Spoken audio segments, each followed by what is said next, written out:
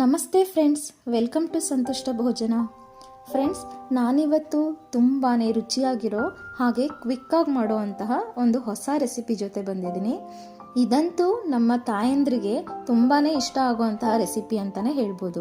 ಯಾಕೆ ಅಂದರೆ ನಮ್ಮ ಮಕ್ಕಳಿಗೆ ಡೈಲಿ ಲಂಚ್ ಬಾಕ್ಸ್ಗೆ ಏನು ರೆಸಿಪಿ ಮಾಡಿಕೊಡೋದು ಅನ್ನುವಂತಹ ಒಂದು ಟೆನ್ಷನಲ್ಲಿ ತುಂಬ ಬೇಗನೆ ಮಾಡುವಂತಹ ಈ ರೆಸಿಪಿ ನಿಮ್ಗೆಲ್ರಿಗೂ ಖಂಡಿತವಾಗ್ಲೂ ಇಷ್ಟ ಆಗುತ್ತೆ. ಯಾವುದಪ್ಪ ಅಂದರೆ ಕೊರಿಯಾಂಡರ್ ರೈಸ್. ಫ್ರೆಂಡ್ಸ್, ಇದನ್ನು ತುಂಬ ಈಸಿಯಾಗಿ ಮಾಡ್ಕೊಳ್ಬೋದು, ಹಾಗೆ ನಿಮ್ಮ ಮನೇಲಿ ಎಲ್ಲರೂ ಕೂಡ ಇಷ್ಟಪಡ್ತಾರೆ. ಹಾಗಿದ್ರೆ ಸ್ಟಾರ್ಟ್ ಮಾಡೋಣ. ಫಸ್ಟ್ ನಾನಿಲ್ಲಿ ಒಂದು ಕಡಾಯಿಗೆ 1-2 ಸ್ಪೂನ್ನಷ್ಟು ಎಣ್ಣೆ ಹಾಕ್ಕೊಂಡು ಅದಕ್ಕೆ 1 ಸ್ಪೂನ್ನಷ್ಟು ಜೀರಿಗೆ, ಹಾಗೆ ಒಂದು 10 ಕಾಳು ಮೆಣಸು, ಹಾಗೆ 1 ಸ್ಪೂನ್ನಷ್ಟು ಬಿಳಿ ಎಳ್ಳು, ಇವಿಷ್ಟನ್ನು ಹಾಕ್ಕೊಂಡು ಎಣ್ಣೆನಲ್ಲಿ ಫ್ರೈ ಮಾಡ್ಕೊಳ್ತಾ ಇದ್ದೀನಿ. ಇದೆಲ್ಲ ಕಂದು ಬಣ್ಣ ಬಂದಾಗ ಇದಕ್ಕೆ ನಾನು ಜಜ್ಜಿರೋ ಅಂತಹ ಒಂದು 10 ಬೆಳ್ಳುಳ್ಳಿ ಹೆಸರುಗಳನ್ನ ಹಾಕ್ಕೊಳ್ತಾ ಇದ್ದೀನಿ. ಇದನ್ನು ಕೂಡ ಚೆನ್ನಾಗಿ ಫ್ರೈ ಮಾಡ್ಕೊಳ್ಬೇಕು. ಇದು ನಮ್ಮ ಕೊರಿಯಾಂಡರ್ ರೈಸ್ಗೆ ಒಳ್ಳೆ ಅರೋಮಾ ಕೊಡುತ್ತೆ. ಇದು ಫ್ರೈ ಆದ ನಂತರ ನಾನಿಲ್ಲಿ ಒಂದು ಹಿಡಿಯಷ್ಟು ಕೊತ್ತಂಬರಿ ಸೊಪ್ಪು, ಸ್ವಲ್ಪ ಹುಣಸೆ ಹಣ್ಣು, ಹಾಗೆ ಒಂದು 5-6 ಒಣಮೆಣಸಿನ್ಕಾಯಿ, 5-6 ಹಸಿಮೆಣಸಿನ್ಕಾಯಿ, ಇದನ್ನು ಕೂಡ ಎಣ್ಣೆನಲ್ಲಿ ಹಸಿ ವಾಸನೆ ಹೋಗೋ ತನಕ ಫ್ರೈ ಮಾಡ್ಕೊಳ್ತಾ ಇದ್ದೀನಿ. ಇದೆಲ್ಲ ಫ್ರೈ ಆದ ನಂತರ ಇದು ಸ್ವಲ್ಪ ಆರಕ್ಕೆ ಬಿಟ್ಬಿಟ್ಟು ನೆಕ್ಸ್ಟು ಒಂದು ಜಾರ್ಗೆ ಹಾಕ್ಕೊಂಡು ಪೇಸ್ಟ್ ಮಾಡ್ಕೊಳ್ಬೇಕು. ಇದನ್ನು ಸ್ವಲ್ಪ ನೀರು ಹಾಕ್ಕೊಂಡು ತರಿಯಾಗಿ ಪೇಸ್ಟ್ ಮಾಡಿಕೊಂಡ್ರೆ ಸಾಕು. ಅದಾದ ನಂತರ ನಾನಿಲ್ಲಿ ಒಂದು ಕಡಾಯಿಗೆ ಮತ್ತೆ 1-2-3 ಸ್ಪೂನಷ್ಟು ಎಣ್ಣೆ ಹಾಕ್ಕೊಂಡು ಅದಕ್ಕೆ ಸ್ವಲ್ಪ ಸಾಸಿವೆ ಹಾಗೆ ಜೀರಿಗೆನ ಹಾಕ್ತಾ ಇದ್ದೀನಿ. ಸಾಸಿವೆ ಸಿಡಿದ ನಂತರ ಇದಕ್ಕೆ ಕಡಲೆ ಬೀಜ ಹಾಗೆ ಗೋಡಂಬಿನ ಹಾಕಿ ಸ್ವಲ್ಪ ಫ್ರೈ ಮಾಡ್ಕೊಳ್ತಾ ಇದ್ದೀನಿ. ಹಾಗೆಯೇ ಇದಕ್ಕೆ ಸ್ವಲ್ಪ ಕಡಲೆಬೇಳೆನೂ ಕೂಡ ಹಾಕ್ತಾ ಇದ್ದೀನಿ.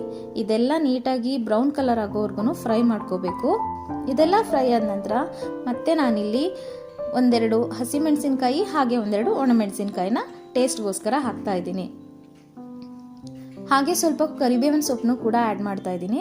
ಇದನ್ನು ಕೂಡ ಚೆನ್ನಾಗಿ ಎಣ್ಣೆಯಲ್ಲಿ ಫ್ರೈ ಮಾಡಿಬಿಟ್ಟು ನೆಕ್ಸ್ಟ್ ಇದಕ್ಕೆ ನಾವು ಪೇಸ್ಟ್ ಮಾಡಿ ಎತ್ತಿಟ್ಕೊಂಡಿರ್ತೀವಲ್ಲ ಅದನ್ನು ಹಾಕ್ಬಿಟ್ಟು ಇದಕ್ಕೆ ಸ್ವಲ್ಪ ನೀರನ್ನ ಹಾಕಬೇಕು. ನೋಡಿ, ಹೀಗೆ ತರಿ ಪೇಸ್ಟ್ನ ಹಾಕಿ ನೀರು ಹಾಕಿ ಹಾಗೆ ಎಷ್ಟು ಬೇಕಷ್ಟು ರುಚಿಗೆ ಉಪ್ಪನ್ನ ಹಾಕ್ಬಿಟ್ಟು ಹೀಗೆ ನೀಟಾಗಿ ಫ್ರೈ ಮಾಡ್ಕೊಳ್ಬೇಕು. ಇದರಲ್ಲಿರೋ ನೀರಿನ ಅಂಶ ಎಲ್ಲ ಹೋಗಿ ಈ ಕನ್ಸಿಸ್ಟೆನ್ಸಿ ಬರೋವರೆಗೂ ನಿಧಾನಕ್ಕೆ ಇದನ್ನು ಫ್ರೈ ಮಾಡ್ಕೊಳ್ಬೇಕು. ನೋಡಿ, ಈ ಕನ್ಸಿಸ್ಟೆನ್ಸಿ ಬಂದಿದೆ ಅಂದಾಗ ಇದಕ್ಕೆ ನಾವು ಅನ್ನನ ಹಾಕ್ಕೊಂಡು ಮಿಕ್ಸ್ ಮಾಡ್ಕೊಳ್ಬೇಕು.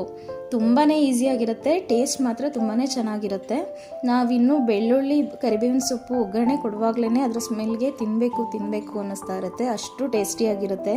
ಮನೆಯಲ್ಲಿ ನೀವು ಇದನ್ನು ಟ್ರೈ ಮಾಡಿದ್ರಂತೂ ಖಂಡಿತವಾಗ್ಲೂ ನಿಮ್ಮ ಮನೆಯವರೆಲ್ಲ ಇಷ್ಟಪಟ್ಟೇ ಪಡ್ತಾರೆ.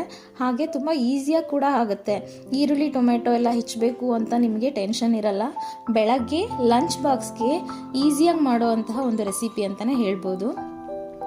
ಫ್ರೆಂಡ್ಸ್, ನೀವು ಇನ್ನೂ ನನ್ನ ಚಾನಲ್ಗೆ ಸಬ್ಸ್ಕ್ರೈಬ್ ಆಗಿಲ್ಲ ಅಂದರೆ ಪ್ಲೀಸ್ ನನ್ನ ಚಾನಲ್ಗೆ ಸಬ್ಸ್ಕ್ರೈಬ್ ಆಗಿ.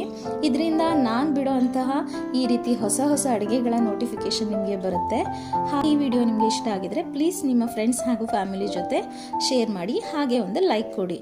ನೀವು ಇದನ್ನು ಮನೆಯಲ್ಲಿ ಟ್ರೈ ಮಾಡಿ ಹೇಗಿತ್ತು ಅಂತ ನನಗೆ ತಿಳಿಸ್ತೀರಾ ಅಲ್ವಾ? Thank you for watching.